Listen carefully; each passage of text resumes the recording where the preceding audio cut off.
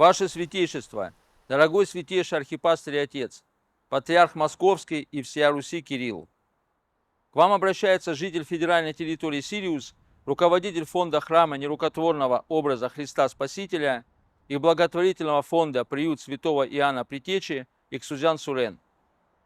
19 июля 2023 года на архиерейском совещании Русской Православной Церкви вы с такой любовью и заботой обратились к своей пастве.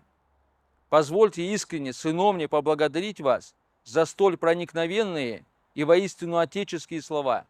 Будучи мудрым предстоятелем нашей церкви, вы затронули самый насущный вопрос ее жизни – взаимоотношения архипастырей, пастырей и мирян. В полной мере он коснулся и нас, ваше святейшество. Позвольте еще раз привлечь ваше внимание к ситуации вокруг двух жилых домов, расположенных на федеральной территории Сириус по улице Хадыженская, 28, где я родился и вырос.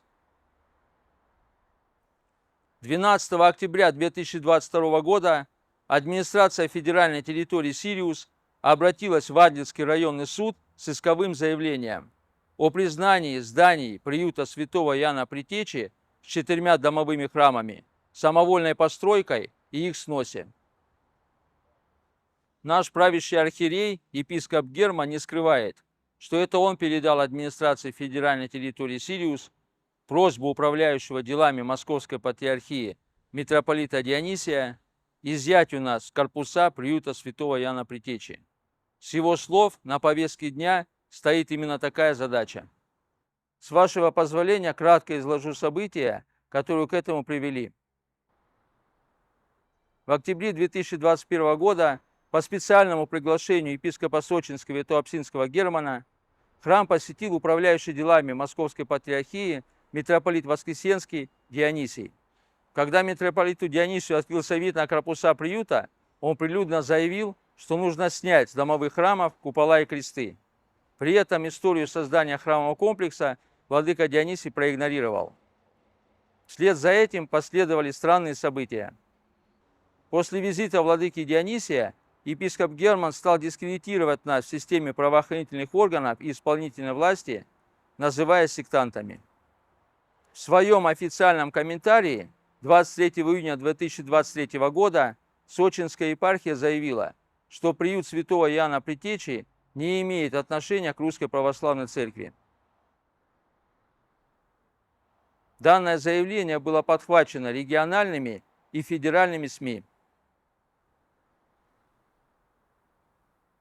А уже 14 июля мы видим, как на запрос сочинских журналистов епархия ответила, что на строительство приюта благословение церкви все же есть. На самом же деле владыка Герман давно знаком с историей создания храмового комплекса.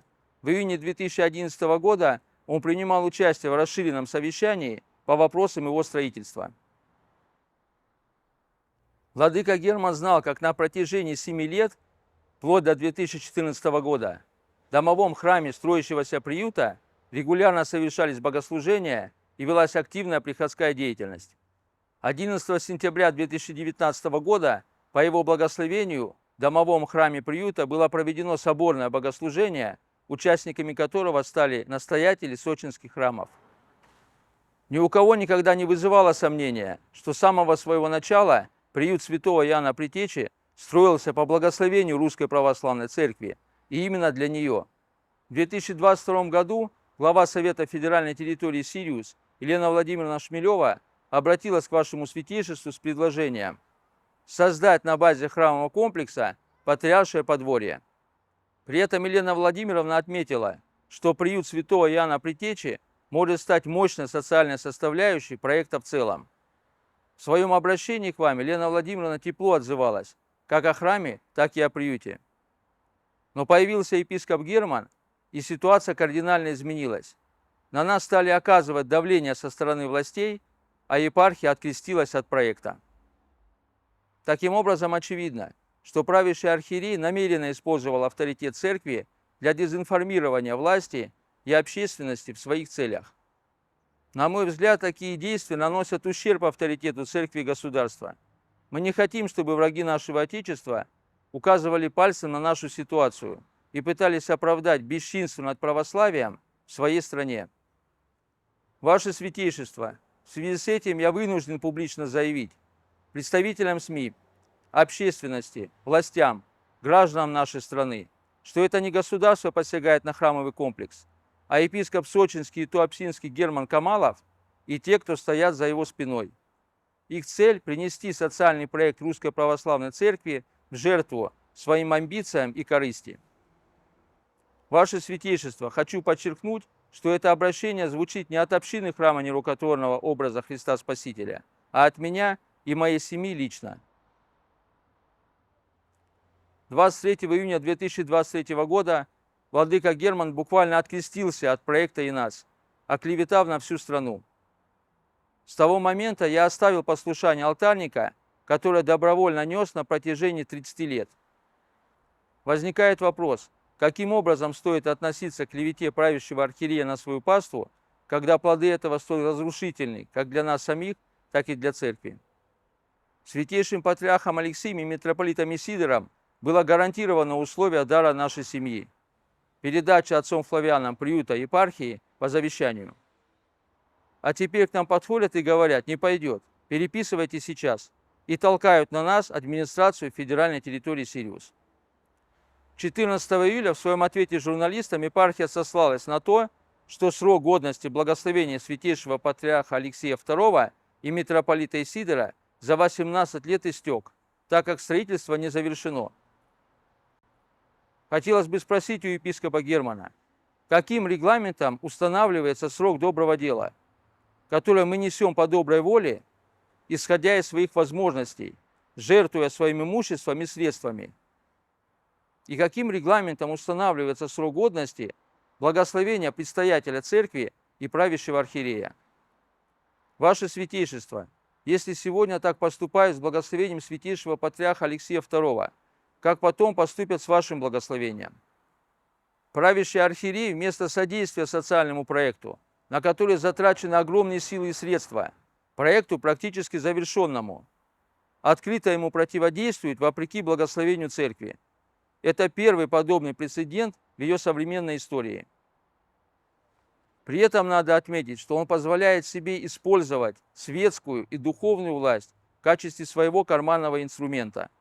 Приход храма нерукотворного образа Христа Спасителя, фонд храма, благотворительный фонд «Приют святого Иоанна Предтечи» в течение всего года подвергаются различным проверкам и судебным разбирательствам. И делается это все на основании жалоб от лица граждан без их ведома, с преступным использованием их персональных данных. Несправедливые действия правящего архиерея, тем более рейдерский захват такого уровня, неизбежно приведут к массовому возмущению и консолидации населения вокруг этих зданий.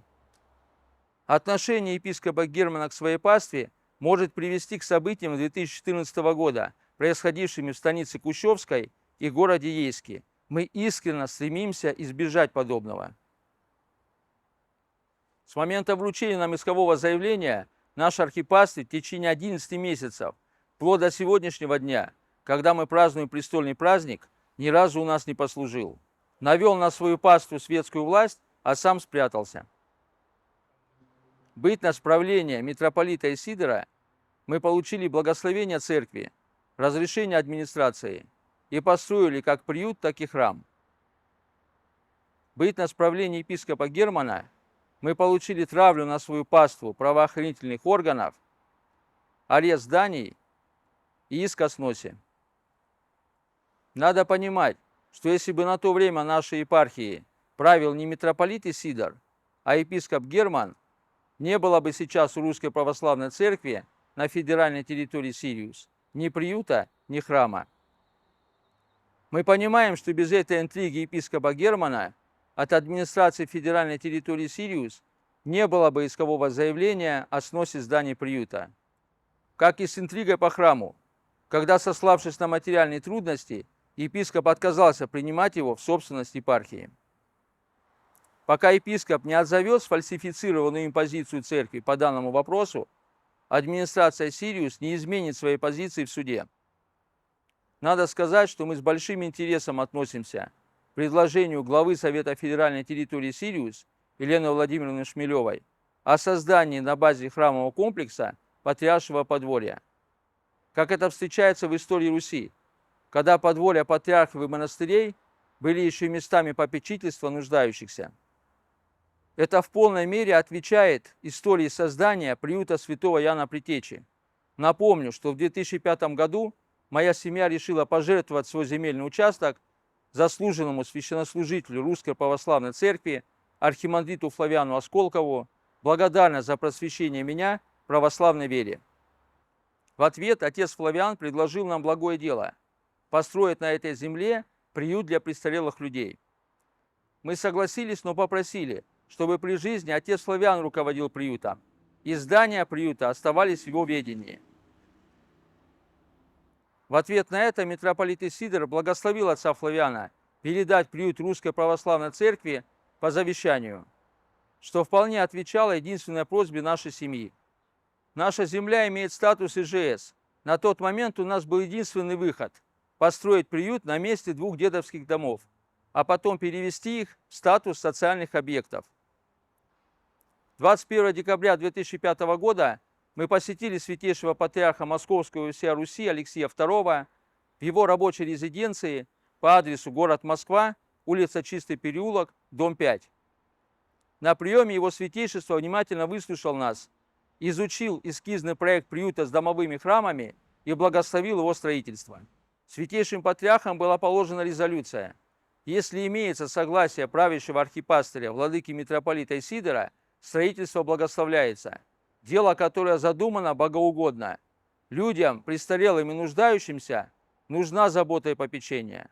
Помощь Божия да сопутствует этому благому делу. После благословения святейшего патриарха на средства моей семьи и близкого нам круга меценатов строительство приюта началось.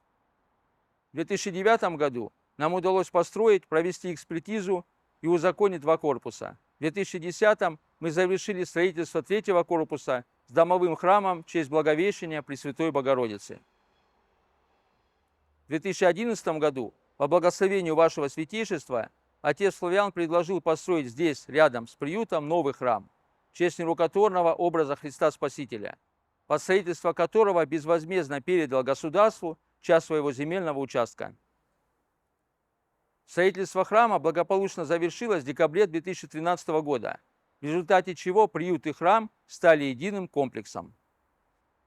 В заключение хотелось бы отметить, что здания приюта святого Иоанна Предтечи будут переданы Русской Православной Церкви по завещанию после ввода их в эксплуатацию, что лежит в основе его строительства, и было принято на совещании под председательством правящего архиерея, епископа Сочинского и Туапсинского Германа 28 февраля 2022 года.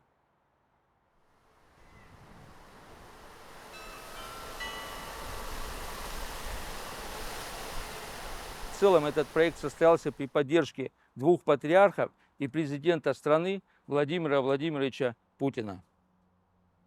Ваше Святейшество, просим вас о личном вмешательстве и защите этого проекта, ведь мы посвятили ему 18 лет жизни и упорных трудов. Просим вас позволить ему состояться в согласии с благословением вашего предшественника, святейшего патриарха Алексия II. С искренним и глубочайшим уважением к вам, ваше святейшество, просим ваших святейших молитв и благословения. Жители федеральной территории Сириус и города Сочи, семья участника Великой Отечественной войны Иксузяна Сурена Рубеновича и Татуляна Арташеса Мыкыртычевича.